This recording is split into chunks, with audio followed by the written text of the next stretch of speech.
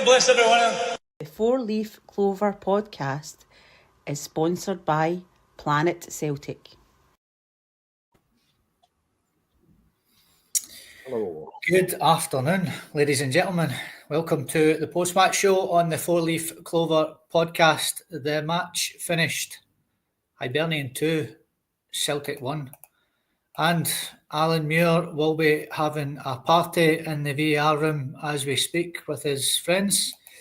But we will get on to that as the game goes on. So, gentlemen, let's get straight into it. Andy, starting lineup. I think I called it last night, mate, that he would make changes and that he would bring in Taylor, McCowan and Ida as well. And I wished he hadn't watched the podcast last night, mate, and hadn't listened to a word I said, because Taylor and Ida were absolutely disgraceful in that first half, mate. I thought McCowan was unlucky to be subbed at half-time. I thought he at least was a bit positive. But the other two aforementioned were absolutely terrible, mate. Give us your thoughts on that starting lineup.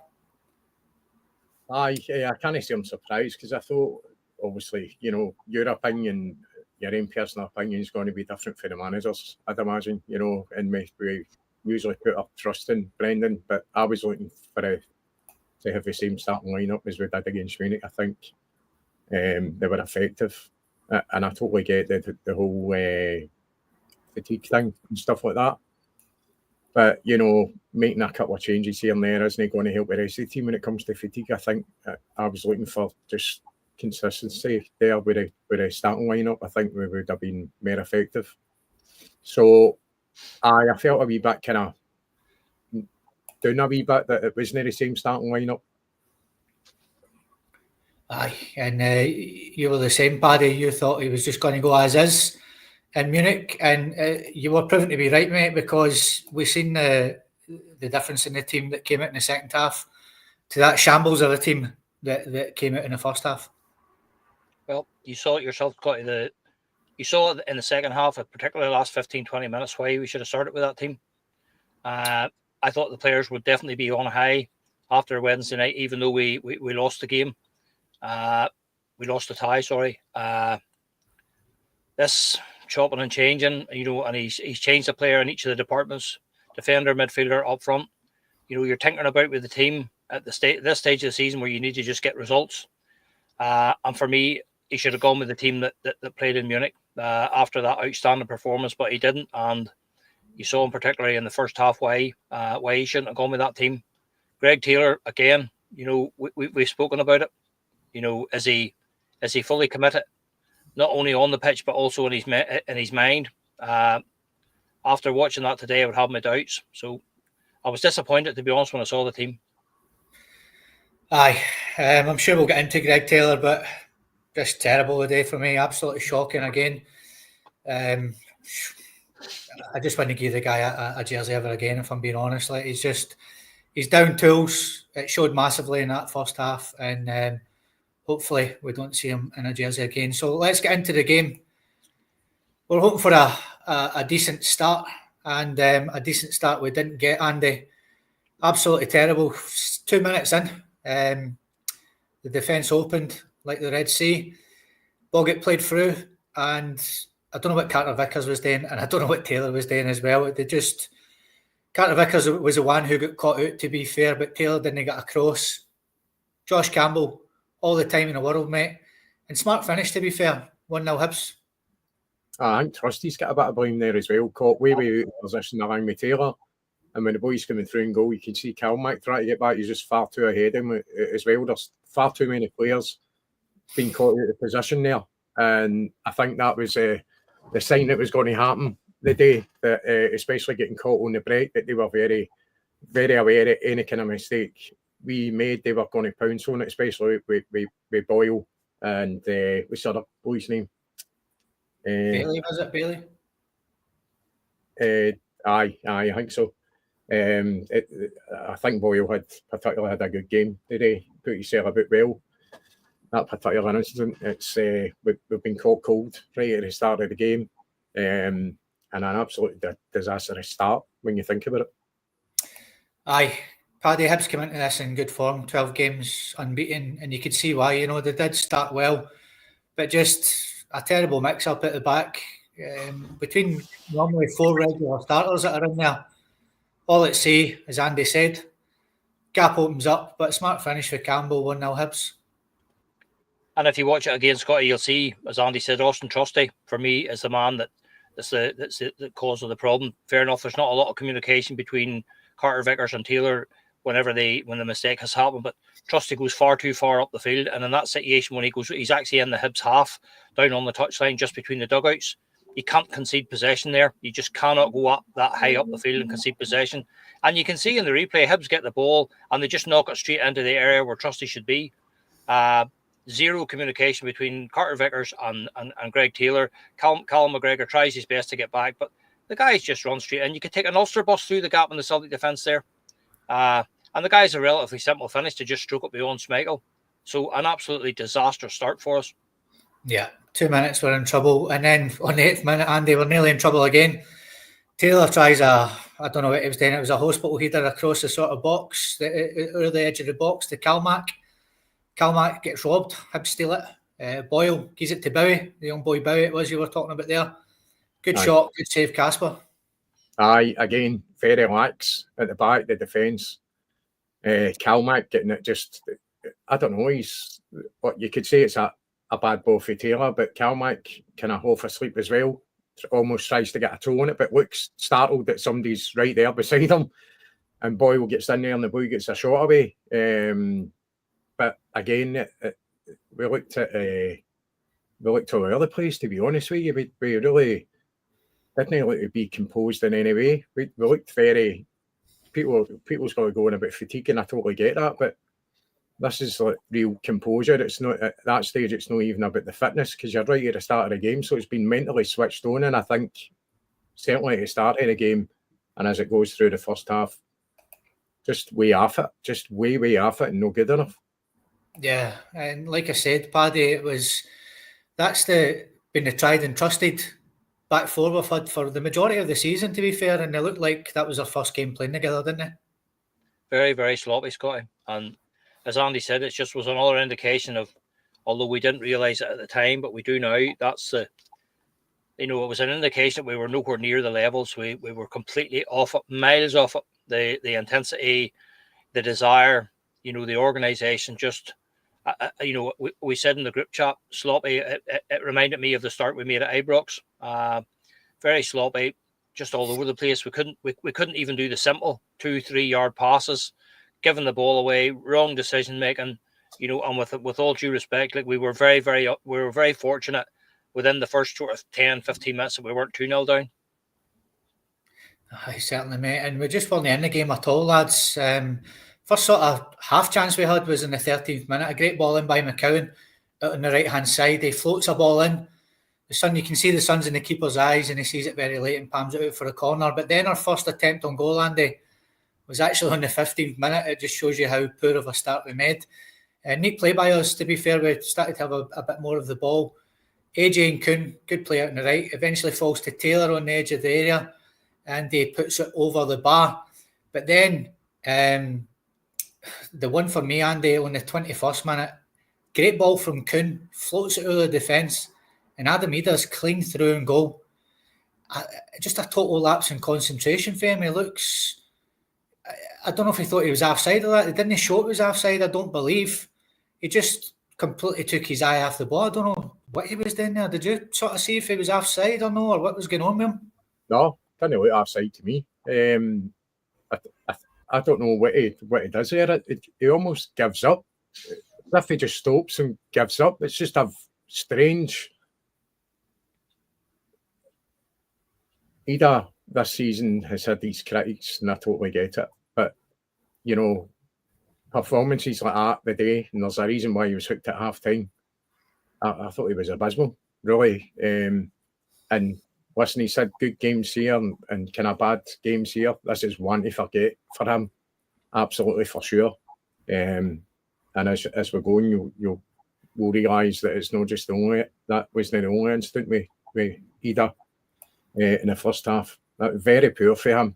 I almost I really don't know what. I can't explain it. I just can't explain what he's trying to do there. Hopefully, Paddy can maybe try to explain it. Did you see what happened, mate? Did you see if he was actually offside? Because he didn't show it. He looked onside to me. He just looked like he gave up, and I think he went for it, Scotty, but I think he just didn't. It was his failure to control the ball. I think he actually did go for it to try and pull the ball down, but he just lets the ball slide away, and just poor concentration, poor control. Whether he was offside or not is immaterial, because at the end of the day, he was still, the game was live, we were still playing, and until the flag goes up. But just for me, it just summed him up: lack of concentration, sluggish. There were so many times the ball got knocked forward, and you can see him. He's actually making the run for the ball after the ball's been played, and the Hibs defenders already anticipate it. Very, very poor from him there, and a wonderful chance. Now, whether he was offside or not is immaterial, but again, it just summed us up. Like some of our offsides today, I don't know what we do. I don't know what we do at Lennoxtown. Especially the players in the wide areas were caught offside. I don't know how many times, umpteen occasions this afternoon, where players are looking across the line and they're standing in an offside position. It happened to Kuhn, it happened to Jota, it's happened to Ida. We need to look at this. The offsides, when you look at our European games there, the goals that we're having disallowed because of people are offside. You've got to be better than that. Some of the offside decisions today were like, you wouldn't see that at the park on a Saturday morning. Very, very poor. But on that occasion, I just think it was a lack of concentration and a failure to control the ball. Yeah, I'm just trying to gloss over this first half as quick as I can, ladies and gentlemen. In the 29th minute, Andy, what a ball by McCowan. Great ball, great play all round, really. We really started to get into the game a bit now. Falls to AJ after that magnificent ball over by McCowan, and AJ smashes it right at the keeper, and it was a good save for the keeper, to be fair, but what a ball from McCowan.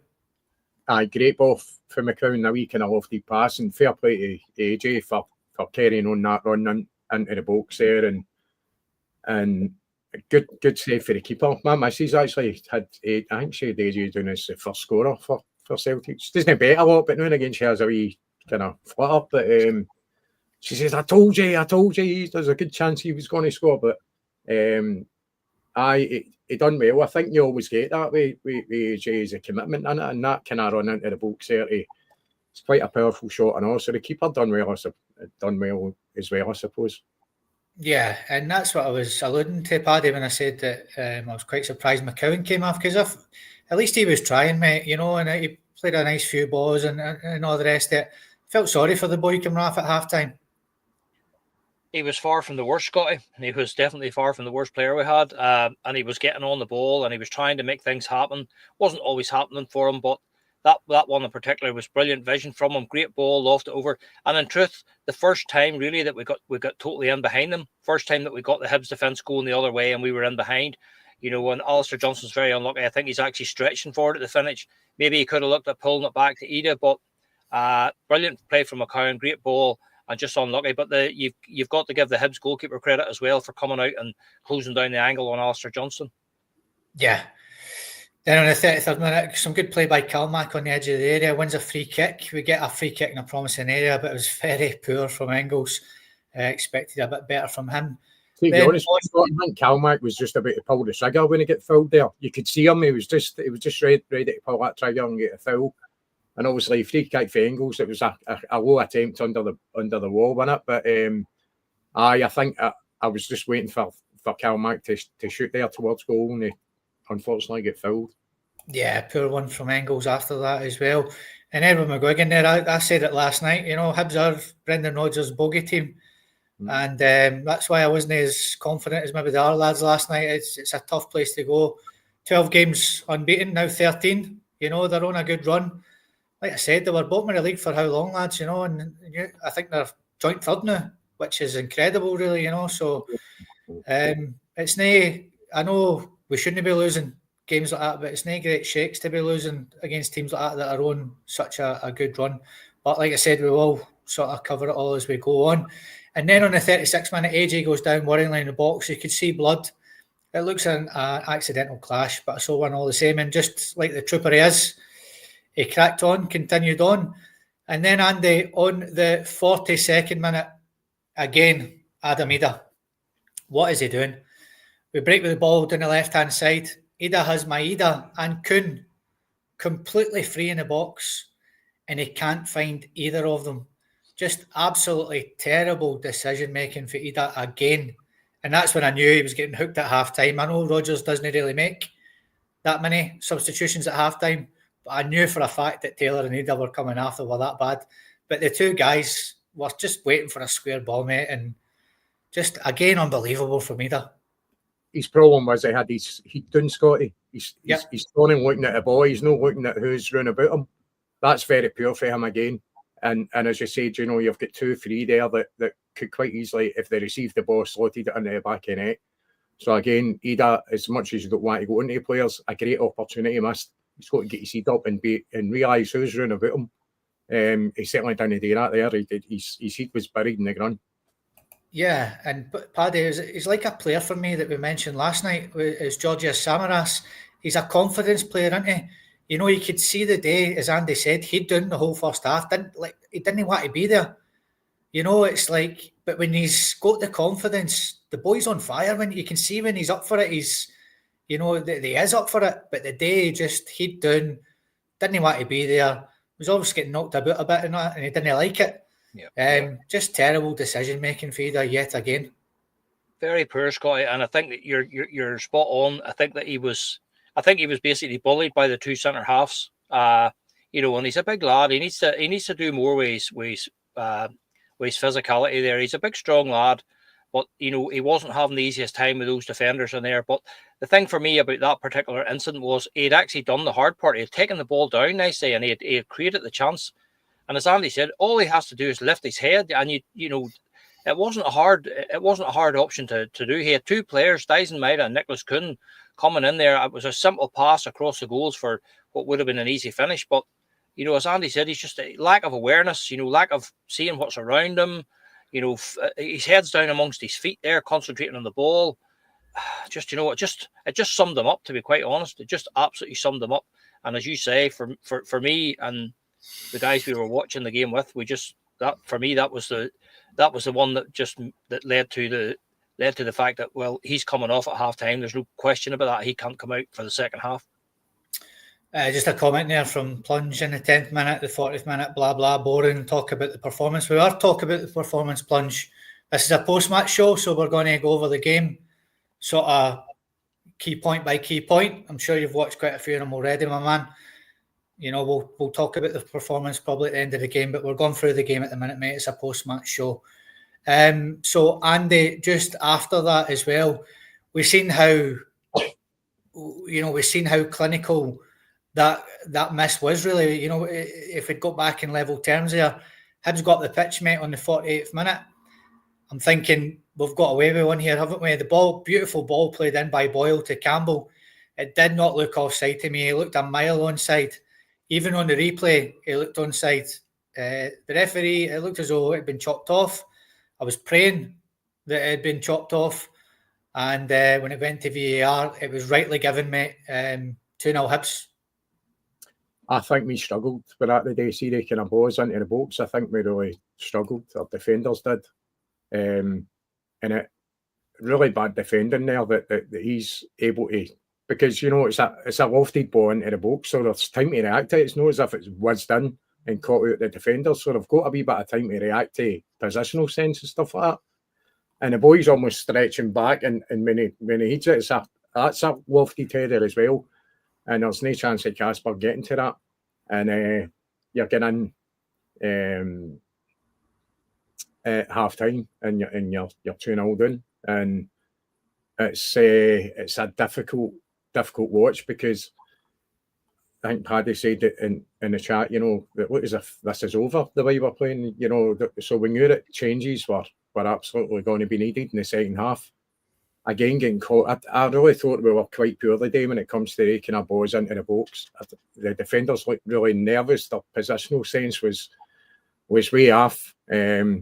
So we certainly get in at half time, absolutely gutted with that performance, especially if the midweek performance, you were on a high and you were hoping they were going to carry our own, but we were at a loss today. Yeah, Paddy, Andy's bang on. We sort of struggled with that ball all day, to be fair. But Hibs deserved it, mate. At the end of the day, they were fantastic in that first half. Maybe near offside for me. Great ball in and 2-0 Hibs. It just summed us up, Scotty.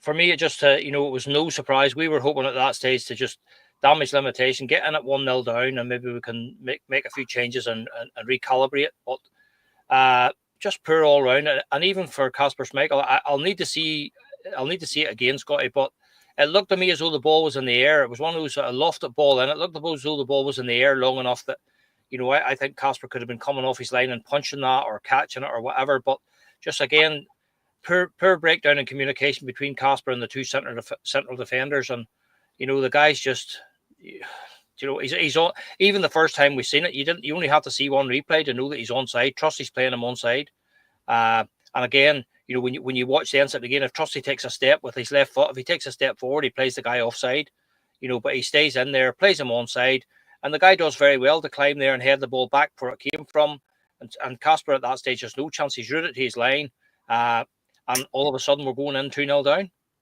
Aye. So Andy, just for plunge now, can you go over the first half performance for him, please, mate? He didn't want to hear the rest of it, so can you just give him the first half performance, mate, in your eyes? I think lacklustre, very pedestrian, losing a lot of the second balls. We just weren't on it at all. The passing was way off, and I think, to be honest with you, we really struggled physically with Hibs as well. They used their physicality. They were absolutely committed to getting in to win the second balls and any kind of challenges there. We were way off it, way below par in that first half. Really, really bad performance. Yeah, and Paddy, overall thoughts on that first half, mate? Just very disappointing, Scotty. As Andy said, nowhere near the levels, miles off the standards, and it shows you what happens even in this league. It shows you what happens if you come off the standards that you normally set, and we've been setting basically all season long. And in truth, since Brendan returned, so you can't afford to. And listen, do you know what? There's a few grounds like Hibs is one, Hearts is another, possibly Aberdeen. There's one or two places there where, sometimes, you're not going to win every game, and you roll the sleeves up and you maybe dig out a point or whatever, but, it wasn't even one of those games. So, 2-0, Hibs were thoroughly in control at 2-0. We just couldn't seem to do the simple things. We were just miles off the levels of intensity, levels of desire. We just didn't seem to have it. I said to you in the group chat that it just reminded me of the performance at Ibrox at New Year. Very, very eerily similar performance, in that we were just so far off it. And listen, you can maybe have one or two players that are off it, but in that first half, I don't think there was a single player, that came anywhere close to reaching the standards that we've set for ourselves. So just very, very disappointing. But again, we've talked about Brendan and the substitutions. I knew that he would definitely do it at half time, but again, similar to Ibrox, we could have made changes after 30 minutes. You could see that it wasn't working. That whatever was happening, for whatever the reason was, it wasn't working, and it wasn't that the players weren't gelling. So disappointed that he waited until it was 2-0 down to make the changes. But a dreadful first half, and we got exactly what we deserved out of it. Nothing. Yeah, no, bang on, lads. Excellent. Absolutely bang on. And the changes he did make at halftime. So the absolutely honking Taylor and Ida got hauled off. And like I said before, I was a wee bit shocked that McCowan came off as well, who I thought done not too bad. But Schlupp, Jota especially, came on and changed the game for me. And Hatate came on for the unfortunate McCowan. So, Andy, first chance straight away, 47 minutes, some patient build-up. We started the half quite well. Falls to Kalmak on the edge of the area, and he tries one of his, I would say, trademark shots this season now, just wide of the goal, mate. I just passed. In fact, just before that, AJ had a cross and all, but it was almost behind everybody. So I think we started the second half in a kind of positive manner, which is what we were looking for, especially with the changes getting made. But Kalmak, again, just passed. And then I thought Celtic were looking a wee bit more lively at that stage. Certainly looked a lot better. Such a difference for the first half. You're looking for them to kick on then, and then at that point, I'm thinking if we can get a goal back at this point, then I think we'll be all right. I think we'll be all right, but didn't quite work out like that. Yeah, Paddy, we certainly looked a different team in the second half. We came out, played some nice stuff, especially by Schlupp and Jota, I would say, down the left-hand side. They looked a total different, beast from what we had in the first half, didn't they?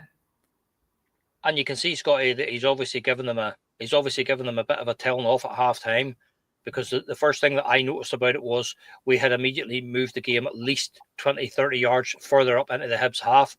Too much of the game in the first half was in around the edge of our own box, in our own half, in around the halfway line. You need to get up the field and get into the danger zones where you're going to do damage. So it was just great to see great combination play between Schlupp and Jota.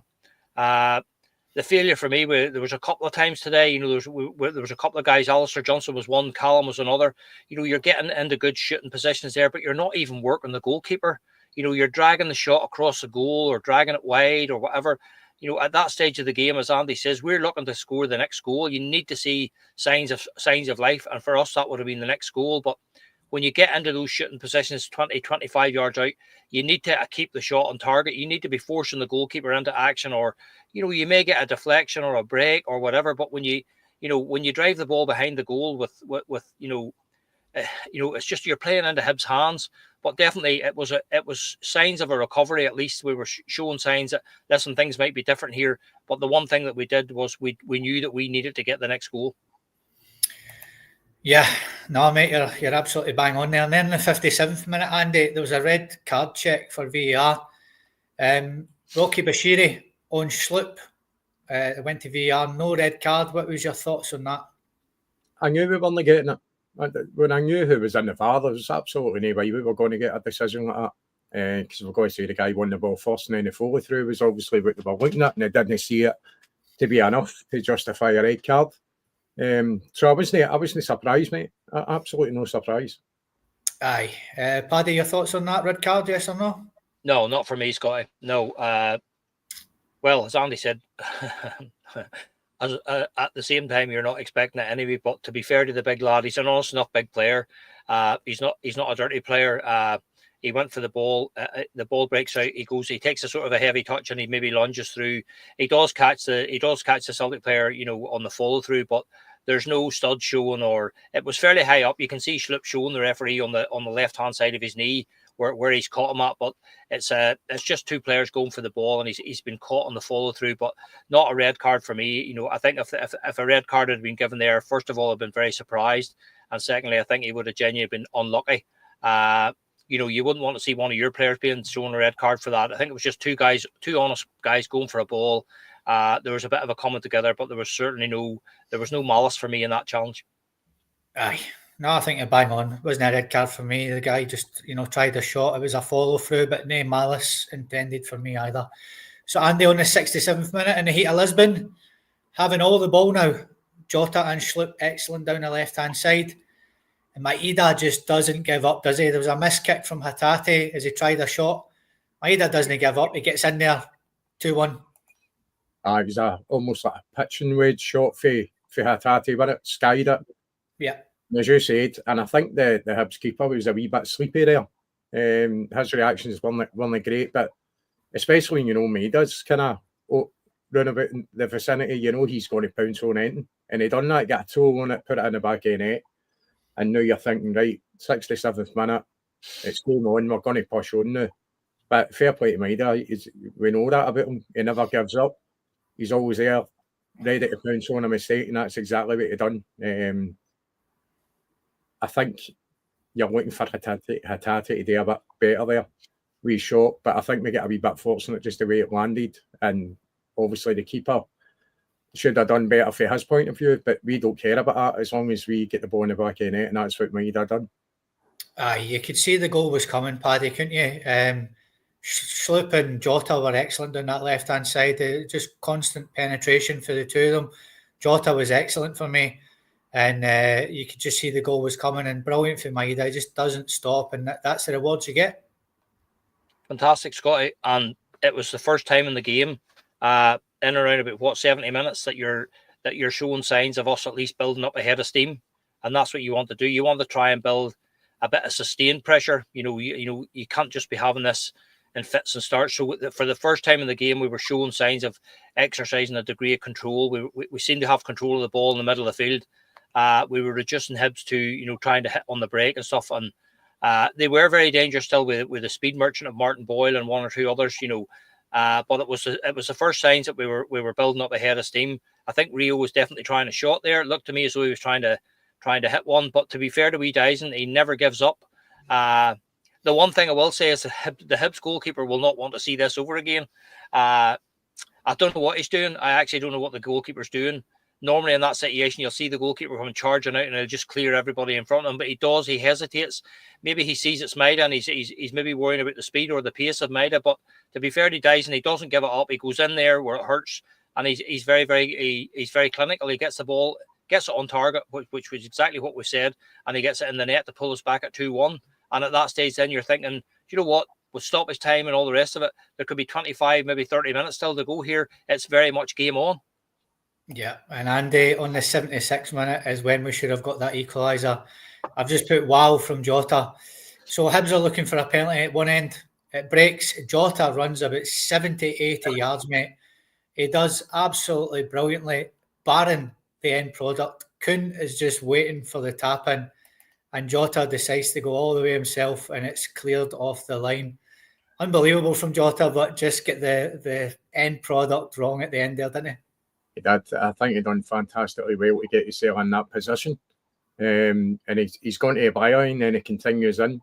And you think if he actually puts that ball in the back of the net, it's one of the greatest goals in it, But I think he had a better option with Kuhn there. Kuhn's standing waiting. I think he's must have been absolutely frustrated with that happening. But greedy. I suppose you could look at that as being greedy. Especially, listen, everybody would love to score a wonder goal and be the hero. You've got a better option there. Use it. In games like this, you need to, if there's an easier option or a better option, you need to get to the guy who's in a better position.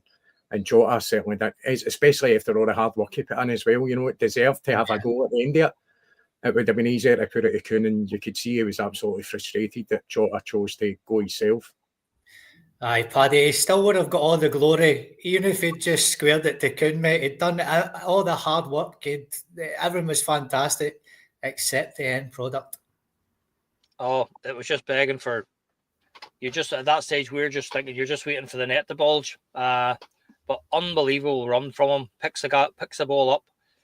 He must run 60, 70 yards, and the guy's going with him every step of the way, but he just keeps going. He just keeps going, and you're just... Nicholas Kuhn's you can see Kuhn with the two arms outstretched, begging for the pass. Although that being said, when he did finally take the last touch, it opens up the entire goal for him. If he hits the ball with any sort of purchase, he scores anyway. But whether it was he was just knackered after the run, he doesn't get anything on it. But you can see it, and it's not like Jota either. It's not like him. He's not a greedy player. He set up goals for people before with a wee slide rule pass or a wee nick to the side.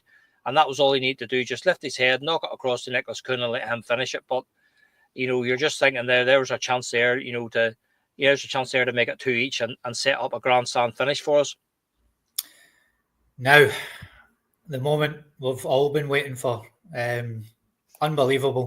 Unbelievable. So, Andy, on the 83rd minute, yet again, Maida doesn't give up, and neither does AJ, incredibly. Great ball, great play by Engels, plays a ball down the wing. AJ, for me, keeps the ball in. That full ball, I did not see at any time, any replay, that full ball went over that line. Goes into Maida, who doesn't give up again, and he scores 2 each. Goes to VAR, referee gives a goal. Goes to VAR. Now, the rules are, they have to prove that full ball was over the line.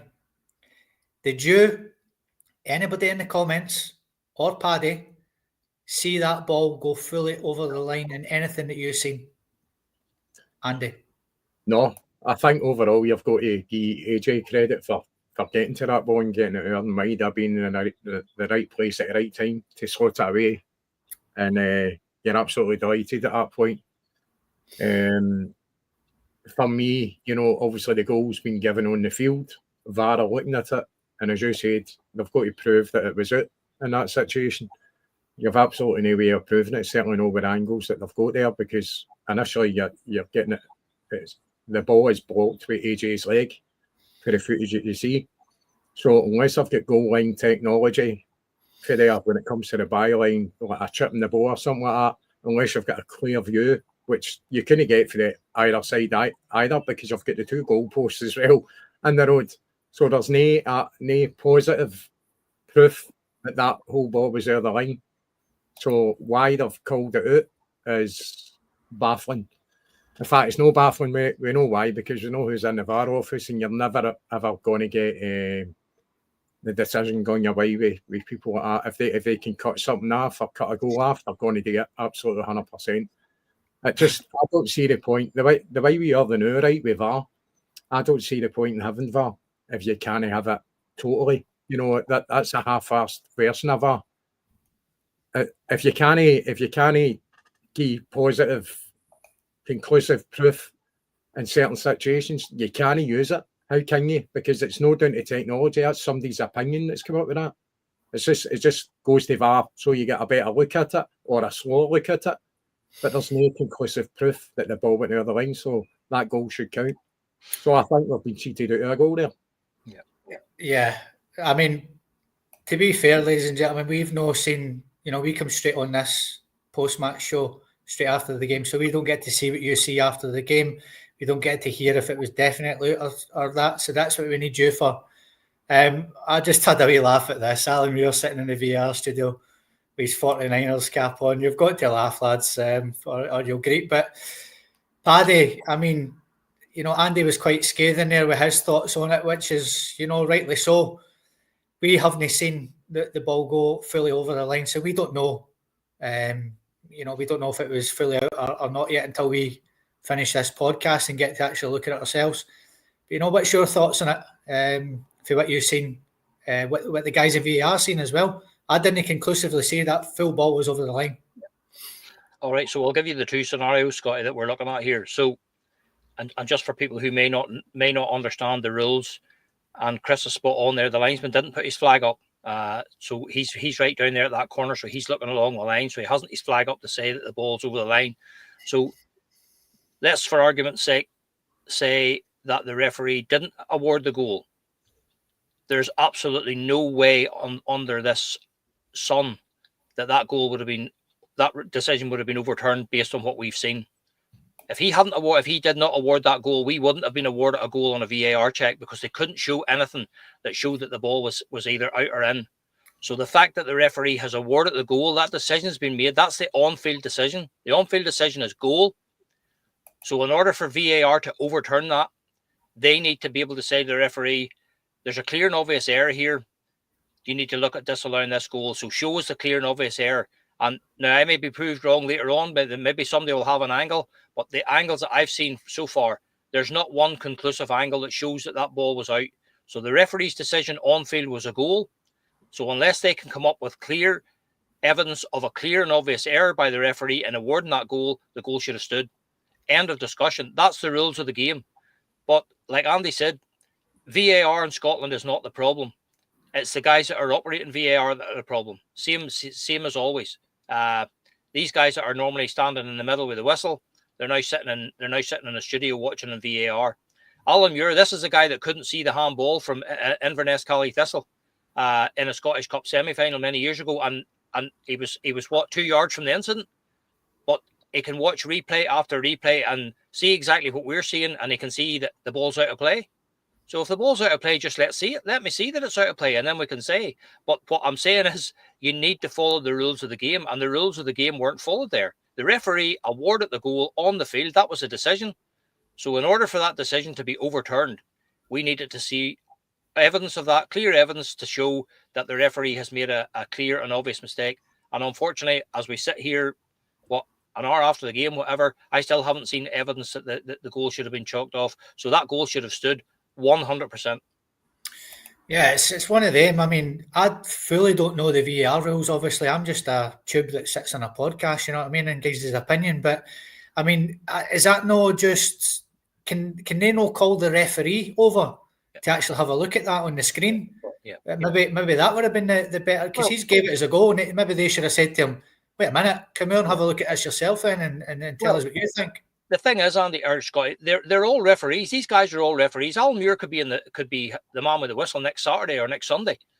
So they're all referees, and it's the same as I've said before about what they do in rugby.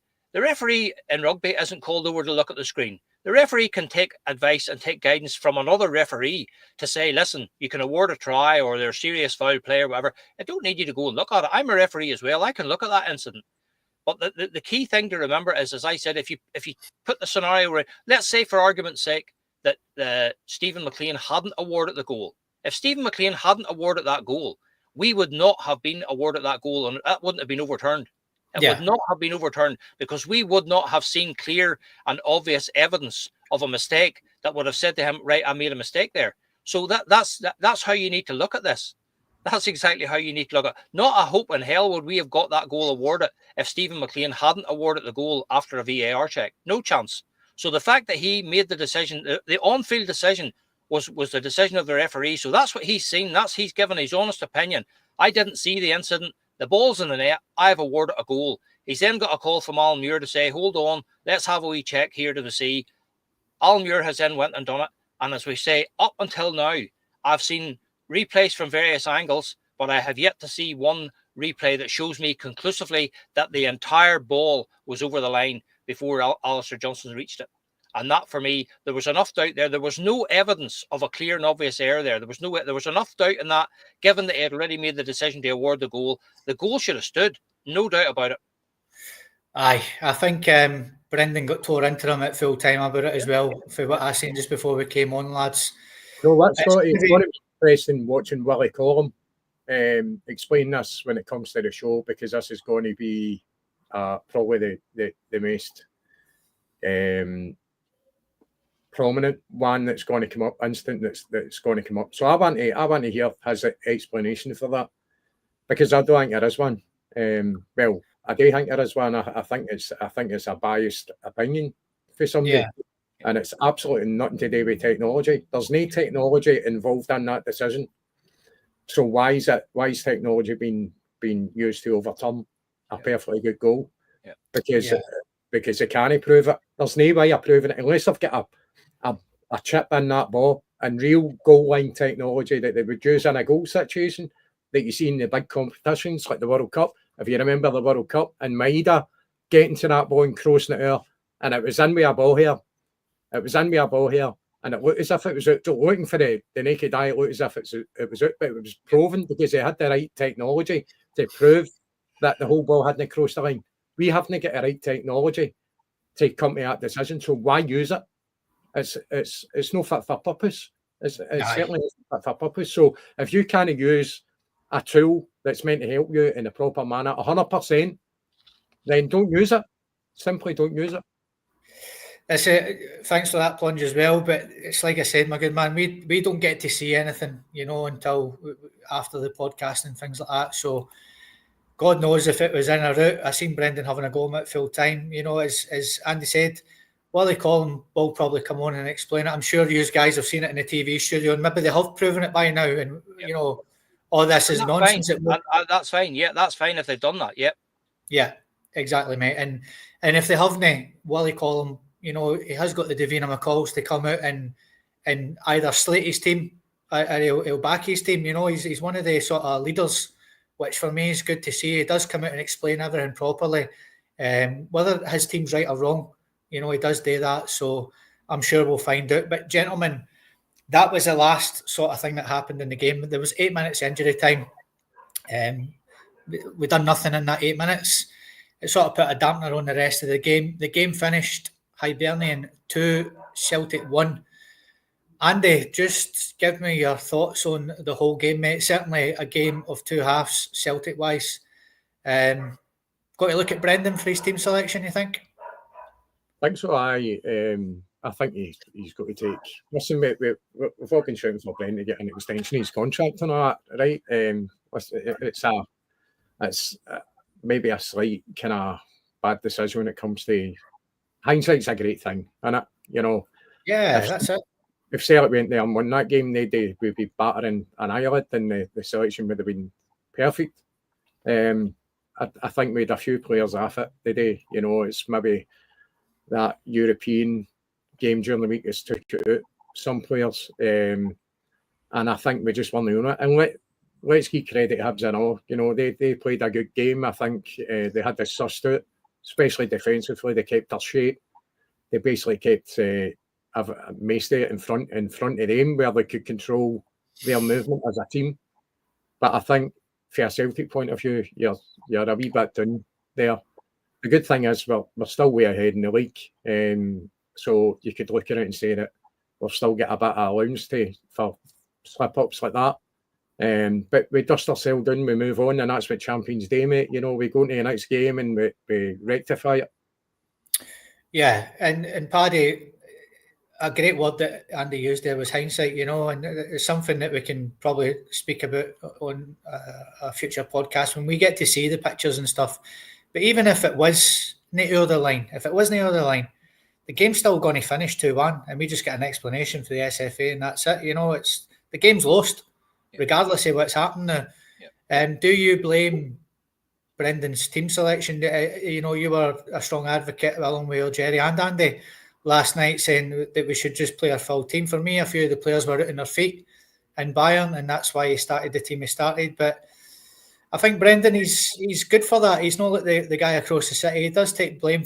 He does take blame for his own actions and things like that. So hopefully he might say that he did get that wrong today.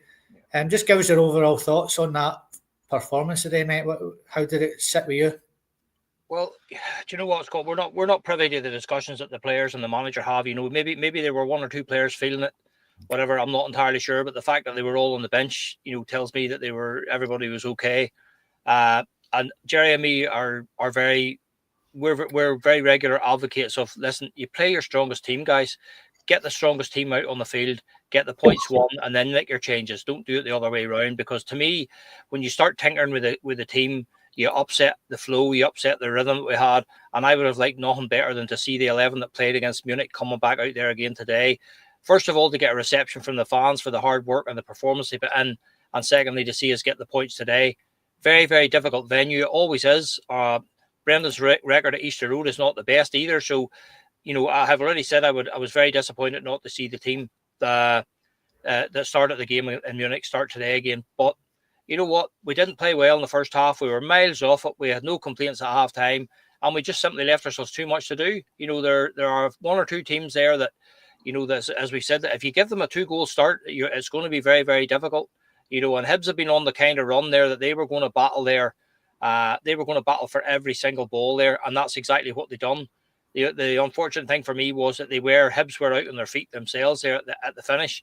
And if we had just showed a wee bit more composure and taken a wee bit more care with the last touch in the ball, we may have got something. But listen, you can't just leave yourself 45 minutes to try and win a game in any league now. It's very, very difficult when you restrict yourself to 45 minutes. But as I say, for me, too many players just not at the levels. We came away in the first half massively away from the standards and the intensity levels that we pride ourselves on.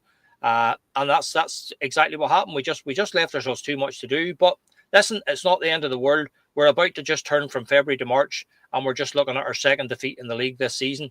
That speaks volumes as to how well we've done. We're disappointed, and we're almost into March, and we've only lost the second game. So listen, it's not the end of the world. There's a lot of football to be played between now and the end of the season, but disappointing on the day. But at the end of the day, I think over the two halves of football, we probably really can't have any complaints. Yeah, so that's it, ladies and gentlemen. Like I said, the game finished Hibs 2, Celtic 1. Thank you so much, Andy. Thank you so much, Paddy. Pleasure. I'm going to finish the podcast off on a wee bit of unbelievable news, to be honest with you. I woke up this morning, gentlemen, to a message from my absolute hero, Paul McStay. I seen him on a website and contacted him And he sent me a message back, and unbelievable, could not believe it. So that's my life made hearing from the maestro. Brilliant. So I'm going to get a wee cheeky message into him and see if he'd like to join us on the Four Leaf Clover podcast. So you might see myself, Andy, Paddy, and old Jerry on a podcast soon with the maestro, which would be great to see. Could have done with a day, Scotty. We could have done the other day, aye. We could have done the other day. Aye, brilliant. Absolutely brilliant, Lindsay. Couldn't believe it, pal. Could not believe it. So we'll be back with you on Tuesday night for a post-match show straight after the Aberdeen game. We'll have a podcast for you on Wednesday as well. And then we will have the Friday focus as ever again on Friday. Thank you so much for joining us. A disappointing day in the capital city, but we move on. And Tuesday night, we will see you. Cheers. Hail, hail, guys. Hail, hail.